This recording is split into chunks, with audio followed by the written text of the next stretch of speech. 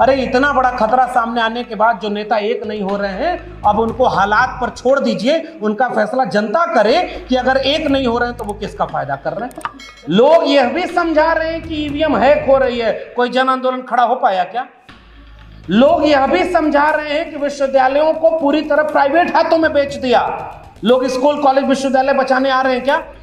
एक मुद्दा अगर हम बना लें, उसके साथ ईवीएम जोड़ लीजिए, उसके साथ स्कूल कॉलेज विश्वविद्यालय जोड़ लीजिए, वो है जाति जनगणना, जिसकी जितनी संख्या भारी उसकी उतनी हिस्सेदारी।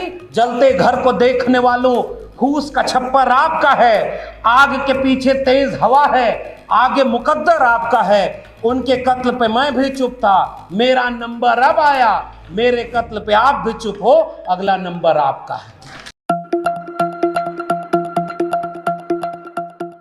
तो जितने लोगों को लगता है कि मेरे कॉलर तक अभी आंच नहीं आ रही है, मेरी नौकरी सुरक्षित है, हमारा घर सुरक्षित है, तो हम बार बार एक बात कहते हैं, जलते घर को देखने वालों, फूस का छप्पर आपका है, आग के पीछे तेज हवा है, आगे मुकद्दर आपका है। उनके कत्ल पे मैं भी चुप था, मेरा नंबर अब आया, मेरे कत्ल पे आप भी चुप हो, अगला नंबर आपका है।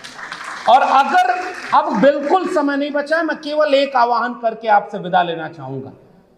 एक ही सूत्र है, लोग यह भी समझा रहे हैं कि ईवीएम हैक हो रही है, कोई जन आंदोलन खड़ा हो पाया क्या? लोग यह भी समझा रहे हैं कि विश्वविद्यालयों को पूरी तरह प्राइवेट हाथों में बेच दिया, लोग स्कूल कॉलेज विश्वविद्यालय बचाने आ रहे हैं क्या? जिले इलाही अभी कल भाषण दे रहे थे विद्यार्थियों को, परीक्षा पर चर्चा।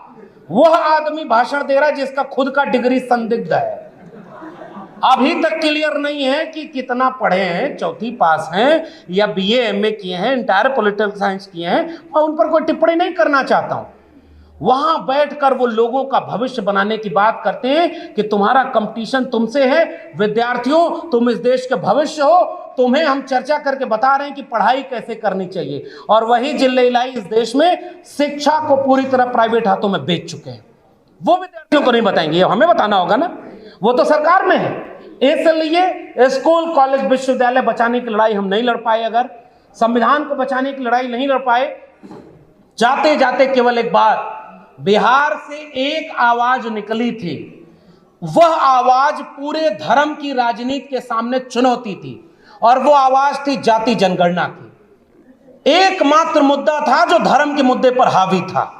और आज भी मैं एक पैगाम आपके इस पैगाम के मंच से देना चाहता हूं, पूरे देश के लोगों को आह्वान करना चाहता हूं, एक मुद्दा अगर हम बना लें, उसके साथ ईवीएम जोड़ लीजिए, उसके साथ स्कूल कॉलेज विश्वविद्यालय जोड़ लीजिए, वो है जाति जनगणना, जिसकी जितनी संख्या भारी उसकी उतनी हिस्सेदारी। और इसके लिए जरूरत केवल इतनी है, दलित को दलित से लड़ा रहे हैं, ओबीसी को ओबीसी से लड़ा रहे हैं। अभी मैं बैठा था तो हमारे पास एक सज्जन आए और कहे कि बहुजन नेताओं को एक करने के लिए हमें कुछ करना चाहिए। अरे इतना बड़ा खतरा सामने आने के बाद जो नेता एक नहीं हो रहे हैं, अब उनको हालात पर छोड़ दीजिए, उनका फैसला जनता करे कि अगर एक नहीं हो रहे हैं तो वो किसका फायदा कर रहे हैं। इस पर मैं और कोई टिप्पणी नहीं करूंगा। अगर इतनी मुश्किल में जो पार्टी सबसे मजबूत है, जिसके पास ईवीएम है, पैसा है, मीडिया है, सब कुछ है, आरएसएस है, वो फिर भी ऐसे लोगों को अपने सरकार और अपने गठबंधन में ले रही है जो उनके खिलाफ दिन रात गाली देते थे। और हम लोग केवल ये देख रहे हैं कि ये प्योर अम्बेडकराइट नहीं है। इन्होंने आज से 20 साल 15 साल 10 साल पहले गलती की थी, इन्होंने बहुजन आंदोलन को नुकसान पहुंचाया। हम प्योर लोग एक जगह होंगे तो प्योर लोग अगर बिखरे रहेंगे तो फिर किसका साथ देंगे? इसलिए केवल एक गुजारिश, 10 बातें अगर हैं, 10 में 6 जगह हमारा झगड़ा हो सकता है, अगर 4 जगह हम एकजुट हैं तो आइए 4 मुद्दों पर एक जगह खड़े हो जाएं।